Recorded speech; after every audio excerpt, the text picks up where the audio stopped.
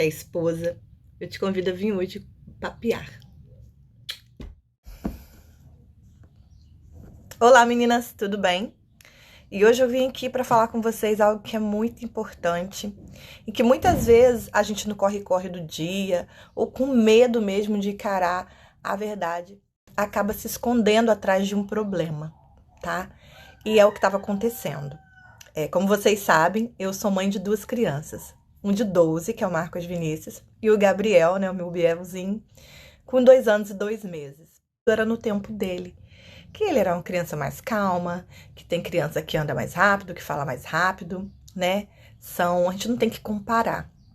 E aí eu falei assim, eu também não gosto de comparação, não vou comparar meu filho com o irmão ou com outra criança. Vamos esperar. E eu dei no meu coração a data limite para ele, até 2 anos, 2 anos e 2 meses, para mim procurar saber se estava normal mesmo e o que estava acontecendo. E aí eu falei, olha, eu observo algumas coisas nele e eu acho que eu queria uma resposta de alguém que entendesse, para saber se é coisa da minha cabeça mesmo, ou se ele tem algum problema e que ele precisa de ajuda ou não. E aí eu expliquei a ela que ele não fazia um exemplo. Eu não sei as palavras científicas, né? Eu tô nesse mundo agora, mas ele não correspondia com o que eu falava com ele. Ele olhava para mim, ele olha para mim, porém ele não permanece com o olhar, ele não fixa o olhar, ele logo olha para outros lados. Ele tem a mania de ficar olhando assim, o olho bem na lateral. Ele roda muito, então quando ele rodava olhando assim, ó, pro lado e rodava. Ele não apontava para nada. Toda vez que ele queria alguma coisa, ele pegava minha mão e ele empurrava até a água, até o que ele quisesse comer. Ele é uma criança que ele é bem desligada mesmo, porque às vezes se eu fizesse um teste, porque eu não fiz, mas se eu fizesse de deixar ele com fome, ele ficaria com fome, sem comer, sem beber e não iria chorar, manifestar dor, nada disso. E outra peculiaridade também que eu achava nele é que essa é que eu achava engraçadinho, eu nem achava que era um problema. Ele, quando ele brincava, ele virava o carrinho para cima, né? Ele não brincava de carrinho igual toda criança que brinca assim. Ele virava a rodinha pra cima e ele ficava assim, ó, mexendo na roda. E ele ficava horas e horas e horas brincando com a roda. Todo brinquedo, motinho, bicicletinha, tudo que tinha roda, ele fixava o olhar naquilo. E o mesmo acontecia com carro normal, com bicicleta normal, com moto, caminhão, ônibus. Ele não olhava pro objeto em si, ele olhava pra roda, pra aquela roda que ficava rodando, rodando, rodando. E aí depois que eu falei várias coisas, ela falou assim, mas mãe, você acha normal ele brincar assim? Ele brinca normal? Eu falei assim, não, ele não brinca normal. E aí ela começou a fazer vários testes nele, de chamar, fez várias perguntas pra mim, e a maioria que ela fez sempre dava a resposta que ela realmente estava esperando. E o exemplo, quando você chama ele atende? Não. Eu chamo por várias vezes, ele não atende. Mas ele não tem problema de audição, porque às vezes faz um barulho. E se aquilo interessa ele fica curioso, ele para e olha o que que é. Outra coisa, ele não dava tchau. Ele não dá tchau. Ele não é aquela criança que ele olha pra você na hora de sair e fala tchau. Não, ele não dá tchau, ele não acena pra você. E várias vezes quando eu ensaiava ele fazer assim pra alguém, dar tchau, ele fazia assim. Fazia meio que obrigado, sem vontade, sabe? Ele não fala. Eu notei que quando ele tinha 1 ano e pouquinho, ele ainda ensaiou falar papá, bobó, que era vovó. Eu tenho uma sobrinha que o nome dela é Raika, né? Então ele falava Aika. O irmão, ele falava mão. Toda vez que ele via meu filho, falava mão, mão. E eu, mamã.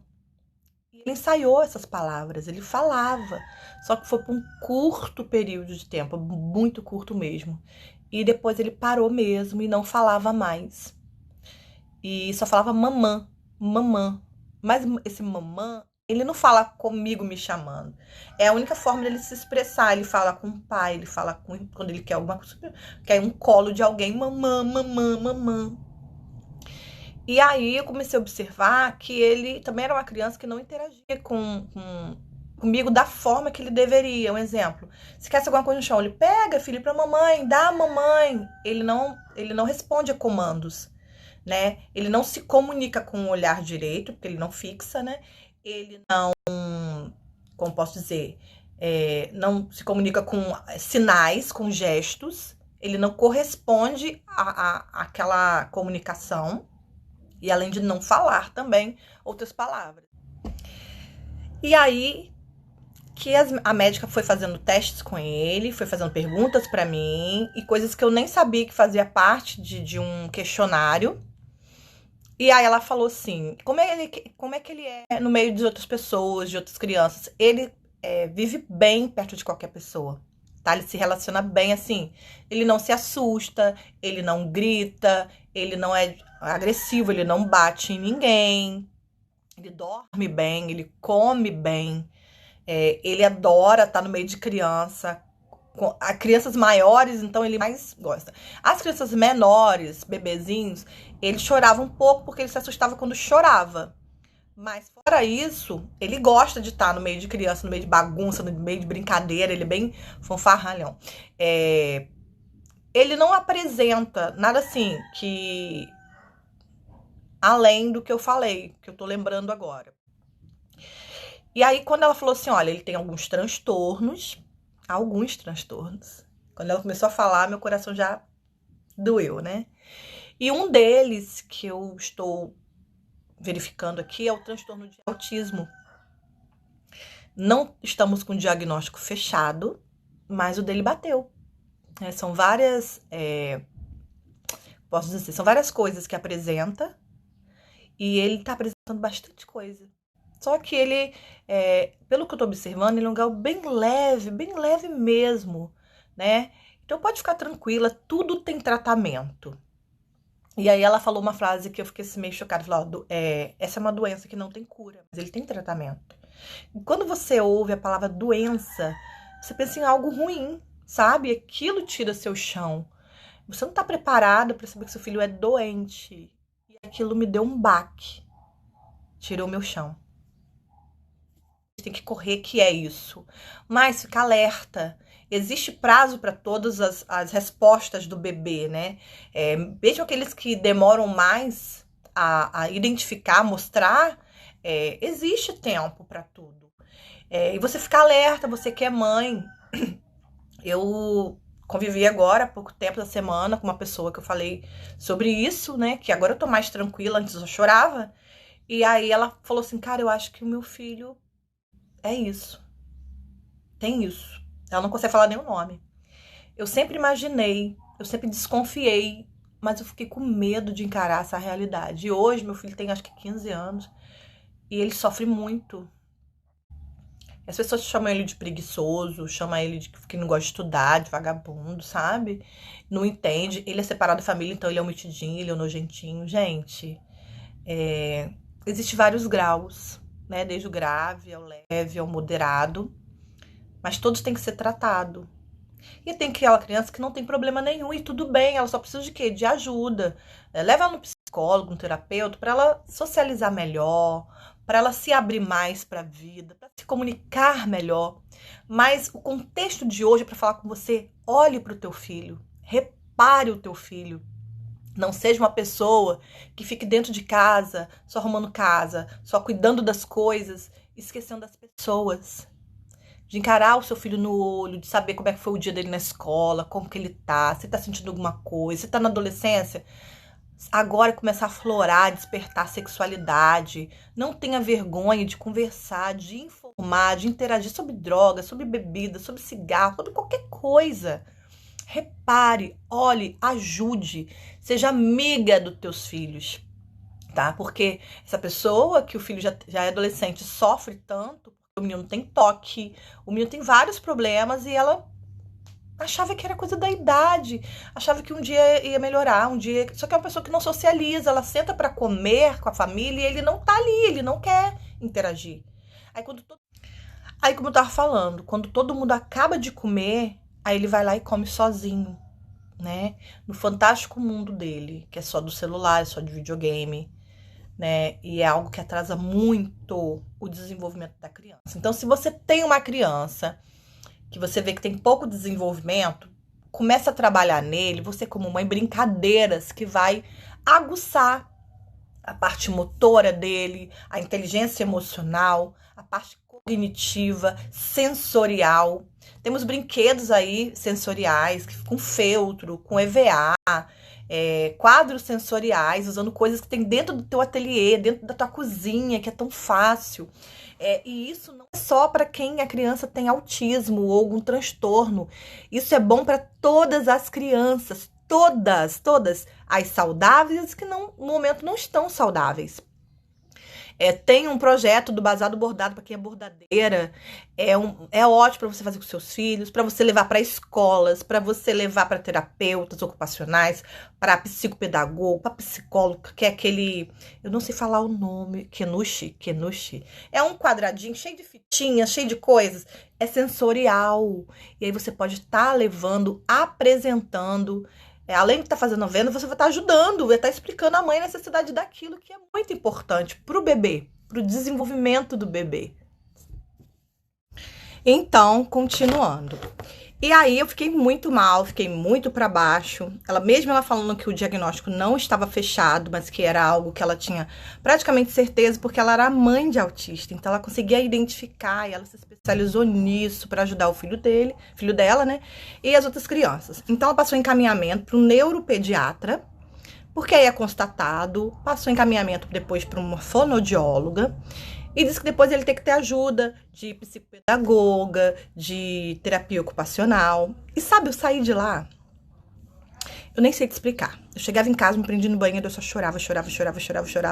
Não porque eu achava que isso era um problema que meu filho ia ter, mas pensando assim, qual é a forma de ajudar o meu filho da melhor maneira possível? Qual é a forma de eu ser uma mãe que vai estar com ele, orientando, ajudando, presente o tempo todo? E outra coisa que me fazia muito mal, eu chorava muito, o medo das pessoas, o medo da maldade. E muitas vezes as crianças que não têm maldade, brincar com ele e ver que ele era diferente, isso usar contra ele, né? Apelidar ele, fazer algum tipo de bullying ou tipo de agressão. Então eu pensava no futuro dele como seria, sabe? Essa parte da dúvida eu acho que é a pior fase, né? A da dúvida, de aceitar como você vai lidar com isso. Eu fiquei muito mal. E foi onde apareceram as minhas amigas que me apoiaram aqui do artesanato, que me apoiaram, que me incentivaram, que me aconselharam. E uma pessoa que falou comigo, que eu fiquei assim muito tranquila, que acalmou muito o meu coração por ela ter passado por isso, passar por isso, é a Tereza do Sabor de Pano. A T conversou comigo e falou assim, olha, ele não é doente, seu filho não é doente. O seu filho apenas tem essa condição. Ele está assim, né? E você tem que aprender como que ela falou, a se acostumar com isso e entender o mundo dele, sabe? Se incluir no mundo dele, trazer ele também pro teu mundo. E ela começou a me dar várias dicas do que deu certo, do que poderia ser feito, me falando como o filho dela era, e eu falando como... Então, para finalizar, para não ficar um vídeo tão longo, porque eu tava olhando aqui, tem vários storyzinhos, né? Não ficar tão maçante. Essa hoje é a minha realidade, eu pensei em parar tudo. Pensei em parar um pouco com o ateliê, desacelerar as encomendas e ficar uns 2, 3 meses até me adequar a tudo que meu filho ia passar. Levar ele em médicos, em consultas, exames, né? Coloquei ele na escola, que tá ajudando muito. E aí eu pensei em parar. E a Tereza do ateliê Sabor de Pano falou, não, você tem que levar a vida normal, como se tudo fosse normal, né? E aí eu observei com as frases dela, ela falando, né? Falei, caramba, eu tô tratando ele diferente. Ele não tem que tratar ele diferente. Ele é igual uma criança normal. Ele tá com uma condição que eu vou ter que ter mais tempo pra ele, sim. Eu vou ter que entender que ele vai ficar um pouco atrasado. Eu vou ter que entender que ele tem o tempo dele, que é diferente de outras crianças. Mas ele tá saudável. Ele não tá com dor, ele não precisa ficar internado, não precisa tomar injeção, não precisa tomar remédio. Nada, ele tá bem. Ele só vive em um mundo diferente do nosso, né? Hoje eu falo sem chorar, hoje eu falo sem me emocionar. E eu já amava meu filho, mas depois disso, o amor tomou uma proporção totalmente diferente. tá? Totalmente diferente. Quem é mãe de crianças atípicas sabe do que eu tô falando, né? Eu não gosto de falar que meu filho é especial. Por quê? Porque pra mim, todos os filhos são especiais, entendeu? Então, você não é você não tem um filho especial. Você tem um filho atípico, que é fora do comum, que é fora do que as pessoas falam que é normal. Mas são crianças extremamente... Meu filho é extremamente inteligente mesmo. E quando eles são bons em alguma coisa, eles são os melhores, eles são excelentes. Eles têm muito foco, sabe? São crianças que têm muito foco, são organizadas. Então, tipo assim, tá vindo muita coisa boa por aí. E eu tô me preparando, tô estudando também. Eu comecei a estudar musicoterapia, né? Pra estar ensinando, brincando, pra dar prazer a ele. E é algo que eu posso fazer com crianças em escolas normais, que não são atípicas, e com crianças atípicas. Então, pra você que é cuidador, que é babá, que é pai. Então, como eu não sei se gravou essa parte, pra você que é mãe, pai, avô, avó, cuidadora, babá, psicopedagoga, é ótimo essa técnica, é o que eu tô aprendendo, tá? E eu vou fazer um conteúdo legal, vou apresentar na escola dele, pra estar brincando com os coleguinhas dele, com ele, ensinando. E eu tenho uma vontade que é aprender entender, como eu já tô entendendo, na prática e na teoria, aprender, desenvolver um trabalho e levar esse trabalho às escolas de forma gratuitamente e treinar esses profissionais para estar realmente tendo essa inclusão, porque é algo que pode ser feito com qualquer criança, independente de ter um problema ou não, tá? Então ele ajuda a parte cognitiva, a parte motora, inteligência emocional, parte de sensorial. E eu vou, sempre quando eu for fazer alguma coisa de diferente, de brinquedo, de algo aqui no ateliê, ou de alguma técnica, se vocês quiserem, eu trago para vocês também, tá? Fazendo isso tanto para trabalho, divulgação de trabalho de vocês, né? Porque é mais um nicho de bebê, né? Que você vai estar auxiliando outros profissionais, outras mães, eu acho que é bem legal. Quanto para você que é mãe e que quer que seu filho tenha um desenvolvimento melhor, mais rápido, independente se ele tiver qualquer coisa, tá bom? Obrigada por hoje, obrigada pela oportunidade de quem está assistindo esses stories. Obrigada por ter vocês aqui comigo. Agora, mais que nunca eu falo, vocês me fazem bem. Eu me sinto bem com vocês, tá? E por isso eu tô aqui. É porque eu sinto que isso é verdadeiro, é real. E eu queria agradecer a vocês por todo o carinho, por toda a atenção, por todo o companheirismo, por todas as minhas amigas, que eu não posso falar o nome aqui, que são muitas, que me ajudaram, que me aconselharam. Eu citei a T, porque a T tá nessa condição que eu tô.